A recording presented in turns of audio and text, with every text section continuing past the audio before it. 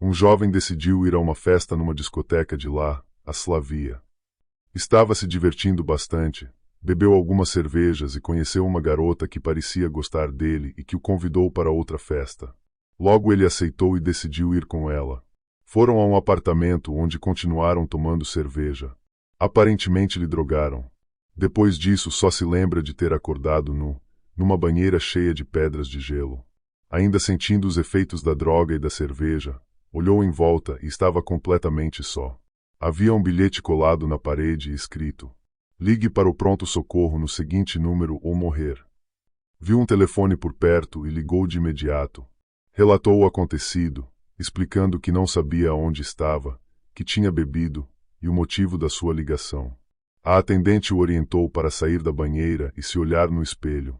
Aparentemente estava normal, então foi orientado para revisar as costas.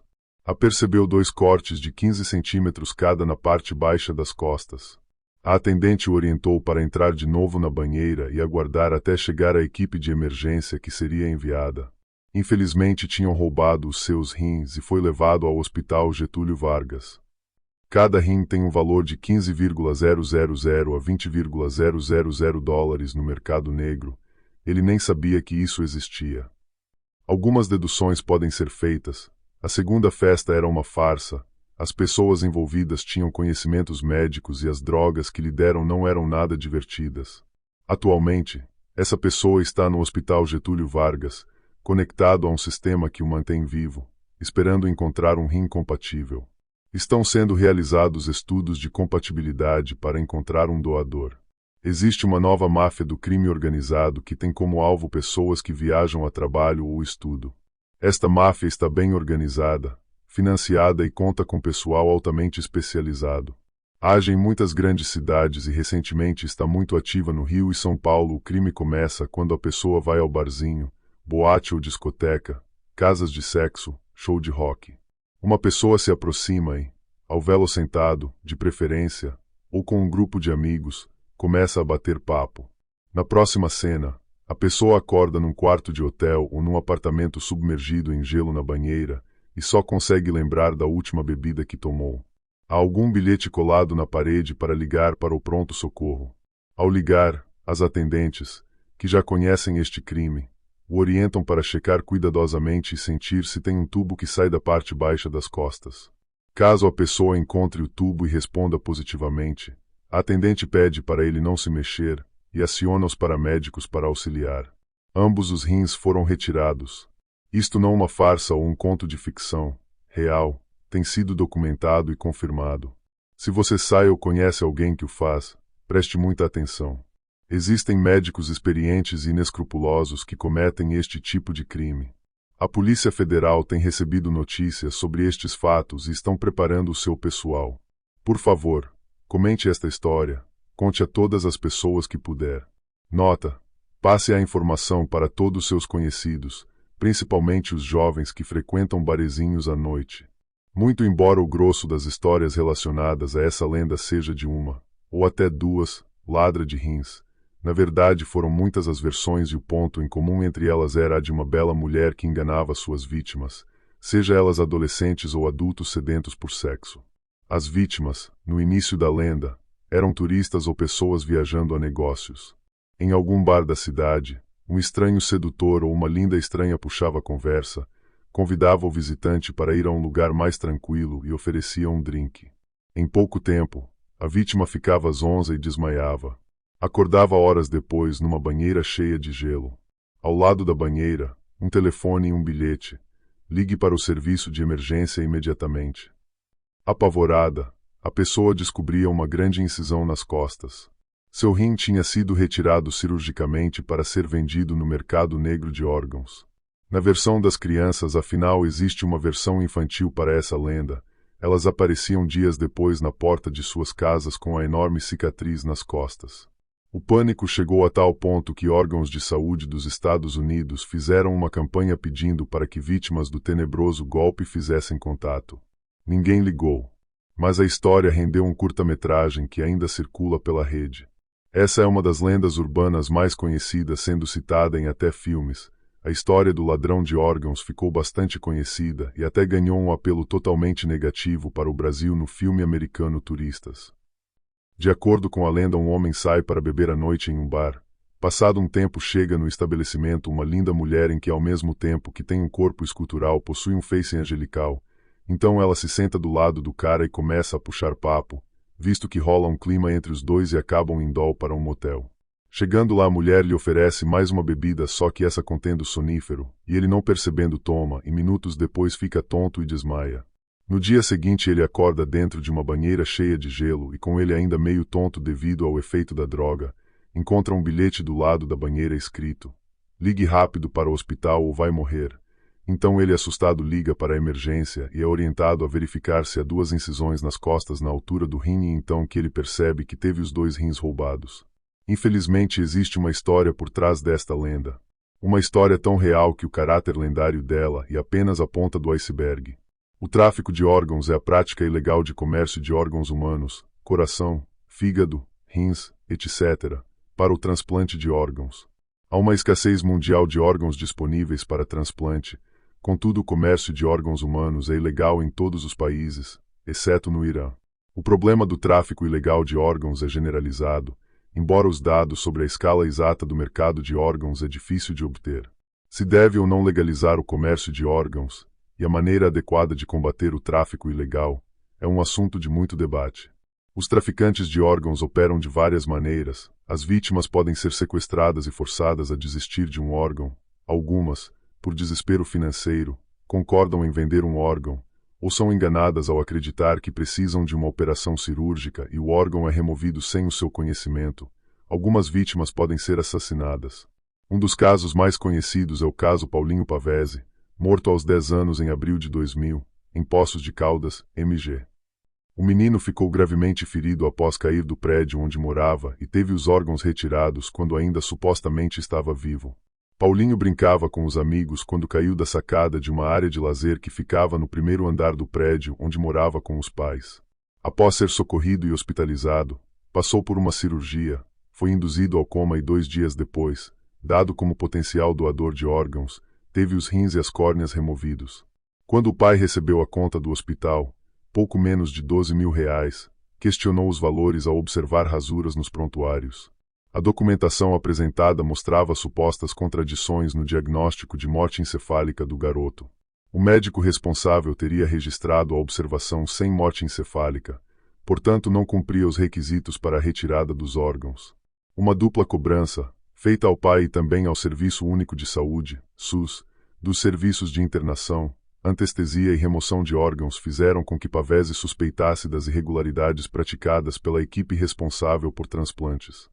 A partir daí, várias investigações tiveram início e motivaram a CPI do tráfico de órgãos em Brasília. Este não é apenas um único caso, existem outros, que ora são noticiados, ou se tornam boatos, originado de fato a lenda em torno deste comércio. Comércio legal de órgãos. China. Na China, os órgãos são frequentemente adquiridos de prisioneiros executados. Nicholas Bekele, pesquisador da Human Rights Watch, estima-se que 90% dos órgãos da China são de presos mortos. Apesar da legalidade do processo no país, há evidências de que o governo tentou minimizar o alcance de extração de órgãos através de acordos de confidencialidade e as leis, tais como as normas temporárias relativas à utilização de cadáveres ou de órgãos de cadáveres de prisioneiros executados. Mesmo com essa regulamentação frouxa, a China ainda sofreu uma escassez de órgãos para transplante. O governo chinês, depois de receber escrutínio severo do resto do mundo, aprovou legislação terminando com a venda legal de órgãos. Nenhuma legislação atualmente proíbe a retirada de órgãos de presos falecidos que assinam acordos antes da execução. Recentemente, a China introduziu uma nova legislação, a fim de uniformizar o processo de coleta de órgãos. Esta legislação inclui normas que indicam que os hospitais podem realizar operações e qual seria a definição legal de morte cerebral. Pacientes estrangeiros transplantados não são mais aceitos. Desde que a China suspendeu a venda legal de órgãos, os preços globais são estimados por ter aumentado 40%. Índia.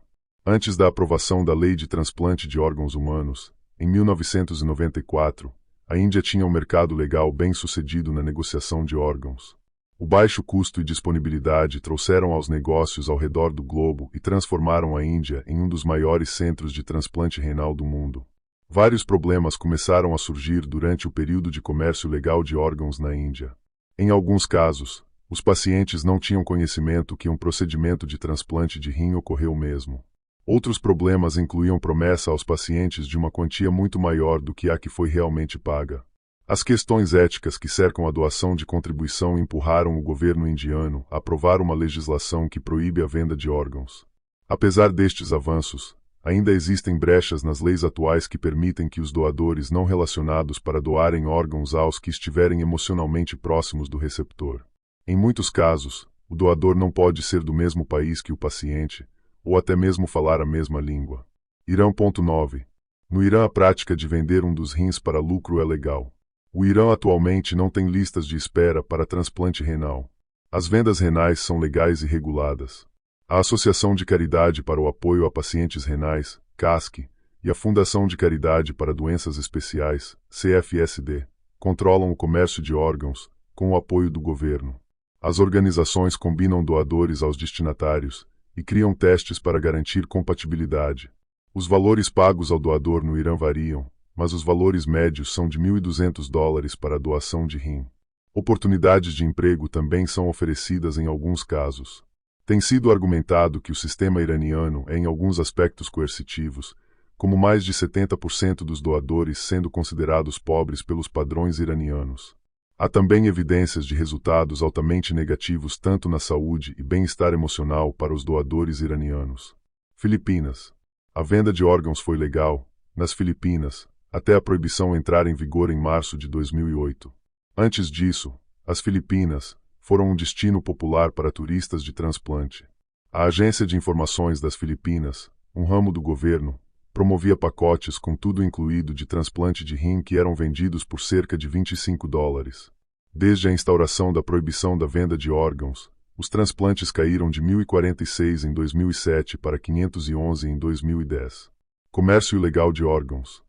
De acordo com a Organização Mundial de Saúde, OMS, o comércio ilegal de órgãos ocorre quando os órgãos são retirados do corpo com a finalidade de transações comerciais. A OMS justifica estas ações, afirmando que o pagamento pelos órgãos provavelmente tira partido indevido dos grupos mais pobres e vulneráveis, mina a doação altruísta e leva à especulação e ao tráfico humano. Apesar destas ordenanças, estima-se que 5% de todos os órgãos envolvidos em transplante de órgãos sejam comercializados em 2005. Pesquisas indicam que o comércio ilegal de órgãos está em ascensão, com um relatório recente da Global Financial Integrity estimando-se que o comércio ilegal de órgãos geram lucros entre $600 milhões e cifram 1,2 bilhão por ano, com uma extensão longa em muitos países, incluindo mas não limitado a Paquistão, Índia, África do Sul, Filipinas, Israel, Colômbia, região dos Balcãs, Turquia, Europa Oriental, Estados Unidos, Reino Unido, Macedônia, Canadá. A pobreza e as lacunas existentes na legislação contribuem para o comércio ilegal de órgãos. A pobreza é vista em todos os países com um grande mercado negro de órgãos. Isso, no entanto, não é o único fator que afeta os mercados ilegais de órgãos. Alguns dos países mais pobres do mundo não se envolvem no comércio de órgãos. A legislação é outro fator que contribui para o comércio ilegal de órgãos, especialmente a legislação com lacunas. Por exemplo, a lei dos transplantes de órgãos humanos da Índia exige que um doador de órgãos deve ser um parente, cônjuge ou um indivíduo doador por razões de afeto.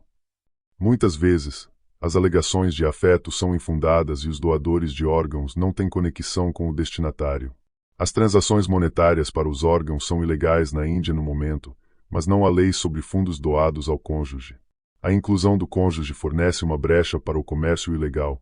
Em alguns casos, doadores de órgãos se casam com o receptor para evitar a pena legal. A realidade é muito mais perigosa que os mitos. O caráter de lenda esconde algo a mais da qual não devemos fechar os olhos.